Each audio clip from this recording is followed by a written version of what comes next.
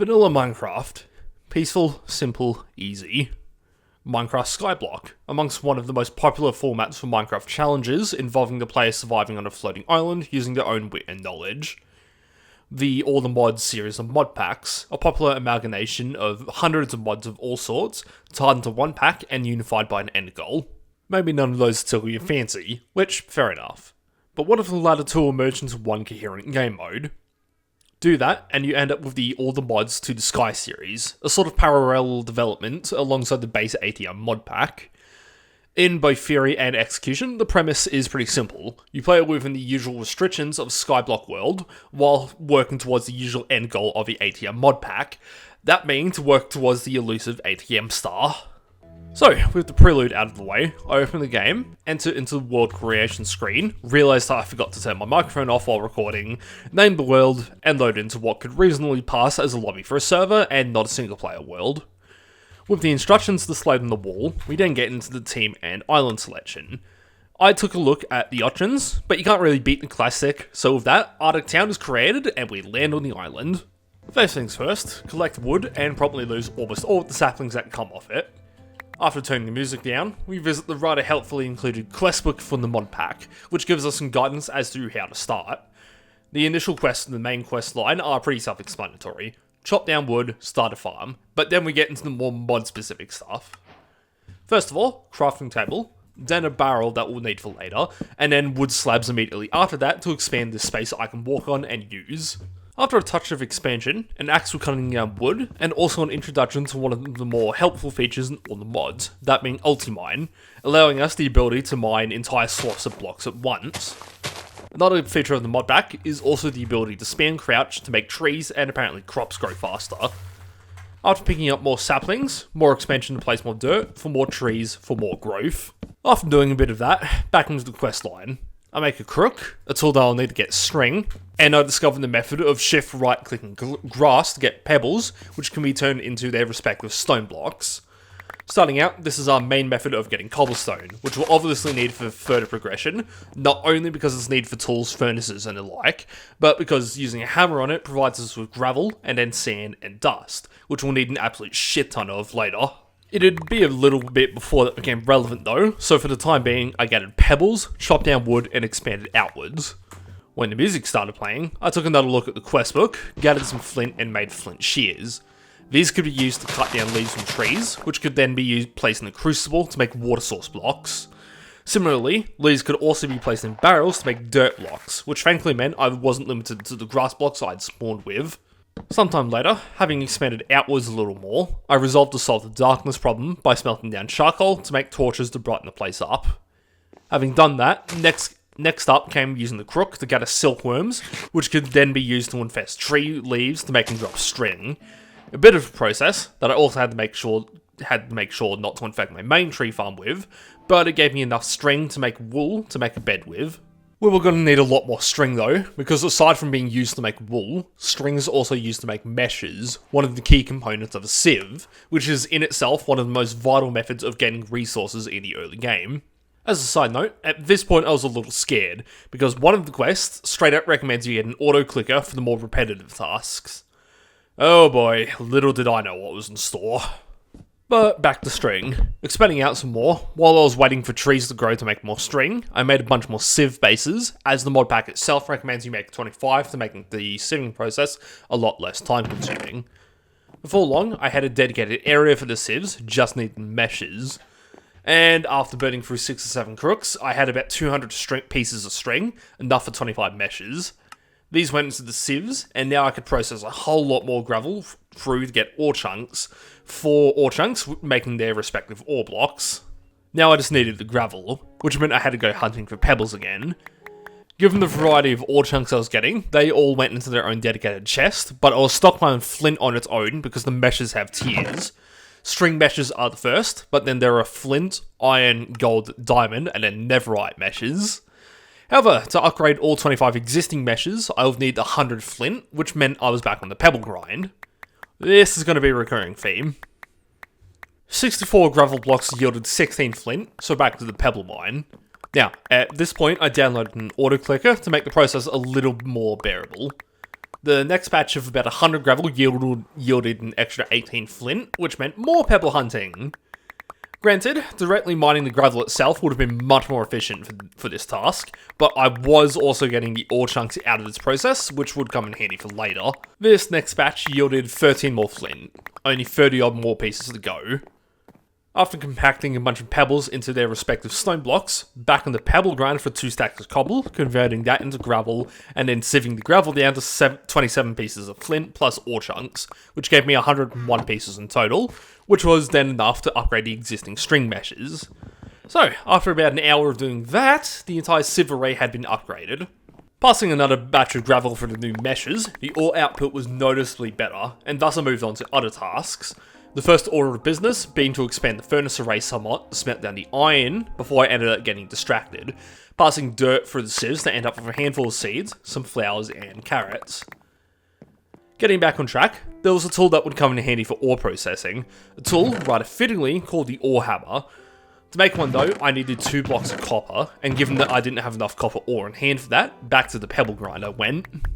2 stacks of gravel later, and I was 1 ingot off my goal. So instead of grinding out more pebbles immediately, I got sidetracked like the dingus I am, cutting down a bunch of trees, doing some expansion, and making quite possibly the most visually offensive carrot farm this side of the internet. After that was finished up, I went back to the grind, knocking out a couple of stacks of gravel, which gave me the last of the copper I needed to make the ore hammer. So on top of being a quest item, the ore hammer could be used to double ore output by turning 1 ore block into 2 ore dust, which could be then smelted down to make 1 ingot per dust, as demonstrated with this iron and gold. With that smelted down, I remembered that the spam crafting mechanic I'd been doing around the trees also worked for crops, so in the span of 30 seconds I now had a couple of stacks of carrots. In the meantime, the next thing on the agenda was following the questline, which now required that I make a magmatic reactor, which required gold, glass, and a redstone block, plus a furnace. I had everything except the redstone. To get the redstone, I had to pass dust through a sieve. Since dust was a product of hammering sand into dust, which required gravel being hammered into sand, which itself required cobblestone being hammered into gravel, I once again had to get back into busting it. Albeit not before looking at methods of automating the pebble gathering process. Unfortunately, the main method of doing so would require a fair bit of iron plus diamonds, which I didn't have access to yet, so before long I was back on that grind. 2 stacks of cobblestone were hammered down into 2 stacks of dust. Passing this through the sieves, I came up with 11 redstone, plus a handful of other byproducts that would come in handy later. Now that I had all the required materials to make it, before long I was in possession of my first power generating block. But with that quest done, chapter 1 of the main questline was done, which was the only chapter for the core mod pack questline. Mind you, there was still a handful of other tasks from that questline that needed to be finished, plus a whole bunch of guide quests for some of ATM10's 500 long mod list. For the time being, I focused on the core questline. First up on the agenda was clay, made by combining a block of dust with a bucket of water in a barrel. This clay was then combined with bone meal to make porcelain, crafted into a cauldron shape, and then smelted until it came out as a porcelain crucible, a block that turns stone blocks into lava when placed on top of a heat source. Now, given that lava doesn't really interact well with flammable materials such as wood, of which almost my entire skyblock is made out of, I made an extension and placed a bed of stone on which the crucible could sit on. With lava slowly generating in the background, I sadly went back to the pebble grind with the goal of acquiring 100 iron to upgrade my flint meshes into iron meshes. This was important because iron meshes were the first mesh that could produce diamonds from gravel, and those diamonds would be needed to automate the pebble gathering process. But because 1 stack of gravel only granted enough ore chunks for 2 to 3 iron ore, I was going to be on this grind for a while, even with the ore hammer to double the output. After about 20 minutes, I elected to go do something else, expanding a little bit on my lava production by adding another crucible and using lava as the heating element instead of the torch, speeding up the process overall. And back to the grind. By this point, my storage was starting to turn into a bit of a clusterfuck, both in terms of a lack of capacity and a lack of organisation, so I expanded outwards using drawers from the functional storage mod. Into this first set of 6 went my more vital ores, copper, iron, gold, plus coal and charcoal. Having at least partially organised things, it was back to hunching over and collecting pebbles again. Whilst in the process of this, I got a surprise visit in the form of the wandering trader. He didn't have anything that I really wanted, and in any case I didn't have the emeralds to trade with him, so I kind of just kept grinding while he and his llamas stared awkwardly at me. At this point, I was about halfway to 100 iron, but the gains I was getting from using the flint meshes were agonizingly small given what I needed. So I made a second, smaller sieve array using what iron I had in hand to make some iron meshes. Except for some reason I ended up transferring the iron meshes to the main sieve array anyway. Fairly inconsequential, all things considered, but honestly I'm looking back at this and wondering what the fuck I was thinking. In any case, I ran a stack of gravel for the iron meshes. The iron output was about the same, but it also outputted a bunch of the rarer ores, as well as some unique items like emeralds and kiwi stone. While I did need emeralds for later, using the pendants I had, I traded some seeds and blaze powder from the wandering trader. Well, back on the grind. Now with some music to keep me company, blaring in the background. After a good hour of collecting pebbles and sieving gravel, I hopped off at some point to go play games with mates, coming back the following day. At this point, I'd spent a good couple of hours collectively just collecting pebbles, and the process was starting to grate on me, so I started working on a flux hammer, a block that in theory would have automated the process. Except that's not how the flux hammer works at all, which is something I didn't realise until voicing this script. A shit ton of wasted time and resources notwithstanding, I needed more love with the powered magmatic generator I had, so I made a bunch of clay and went about the process of collecting bone meal when I happened to look at the quest book again. One of the quest branches was about stone generators and their subsequent upgrade paths. Intrigued, I set about making one. I wasn't exactly sure how to use the fucking thing once I had it, so I had to visit a Reddit thread to figure that out. Apparently how it works is that you place the generator between two streams of flowing liquids, the exact combination of which depends on what you want the output to be.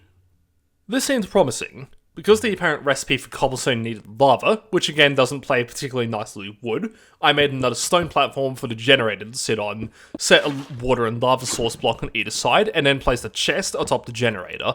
This worked well. Really fucking well. I left it for about 10 minutes while I went to go do something, and when I came back there were about 8 stacks of cobblestone in the chest. Far more than anything I could do with my own hands.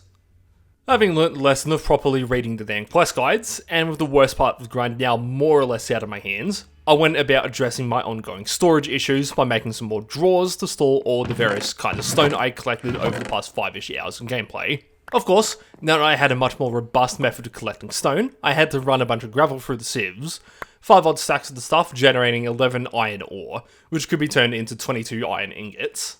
Having all this cobblestone on hand was nice, but I still had to place and then hammer it all down, which in bulk amounts did take a little bit. Fortunately, I was in luck with another feature of the mod pack, compressed blocks and then compressed hammers, which meant I could turn 9 stacks of cobblestone into 1 stack of compressed cobblestone that I hammered using a compressed hammer to give me compressed gravel that could then be turned back into 9 stacks of normal gravel. Before tackling that dilemma though, I worked on seeing if the compression process could be automated. Which it could, the only issue is that I made the wrong upgrade for doing so. Instead of making a compression upgrade base for a sophisticated storage chest, I instead made a compaction upgrade, which was just the worst downgrade of that. I didn't have the resources on hand immediately to fix this mistake, but I at least did get an iron chest out of the ordeal, which meant that I could store more cobblestone in that chest. Having managed to fuck that up, I went back to converting compressed cobblestone into compressed gravel, decompressing it, and running that gravel through the sieves. 9 stacks of the stuff yielded over 30 iron, plus a good amount of other ores, which was finally enough to fill out the empty slots of the sieve array. Of course, I had to give this a test run. Of course, the output was ultimately the same, but the stacks of gravel went through a fair bit faster with 25 sieves instead of the 15 I'd been using for the past however long. Whilst doing this, I added a ring of blocks around the sieves, so I didn't have to keep doing rings around the sieve every time to collect every last item. Before long, I was, relatively speaking, earning ham over fist. While converting all of these ore chunks down into ore blocks, I came across what I assume is some kind of glitch by hitting the C button constantly. Anyhow, now that I had bulk resources to smelt down, I invested into an upgrade for my furnace array in the form of a pair of iron furnaces, a straight upgrade from vanilla furnaces that smelted items faster. As I placed these down, the wandering trader decided to visit again. It didn't have much of interest, save for a diamond sword with a fuck number of enchantments called Eternal Vigilance. Spicy, but just a little bit out of my price range. Anyway, I didn't stick with the iron furnaces for long because I had enough gold to immediately upgrade the gold furnaces, which smelt items quicker than iron furnaces again. Which, for reference, a stock vanilla furnace takes 200 in-game ticks, or 10 seconds, to smelt one item. An iron furnace takes 8 seconds, and a gold furnace takes 6 seconds to do the same. Whilst waiting for stuff to smelt, I took a glance through the various quests when I noticed this quest.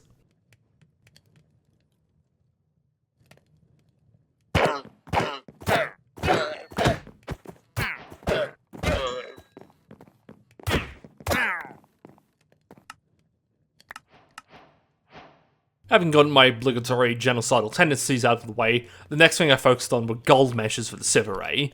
On top of boosting drop rates across the board, the gold sieves were also the first of their kind that dropped ancient debris, obviously needed for netherite. After compacting a bunch of pebbles into their respective stone types, I went to bed, and also came across my first monster after 6 hours of gameplay, a skeleton. Promptly murdering the skeleton, I set upon the journey of collecting 100 gold ingots to upgrade all 25 meshes. With all the progression in my methods and techniques, this proved to be a much easier task to achieve, taking about 20 minutes to get the required 100. I also upgraded from gold furnaces to diamond furnaces in the interlude, which could smelt one item every 4 seconds. Placing the 25 gold meshes, I compacted a bunch of blackstone and turned it into crushed blackstone, the requisite material needed to get ancient debris, before going ham on the sieve. This first batch yielded 11 ancient debris, enough for 2 netherite ingots, but rather helpfully, the process was somewhat self-sustaining, since sieving crushed blackstone also yielded a lot of blackstone pebbles, which could be turned back into blackstone and then crushed blackstone. After a few runs of this, and still possessing an absolute shit ton of blackstone that I could have kept going with if I wanted to continue, I ended up with 43 pieces of ancient debris, enough for a whopping 10 netherite ingots.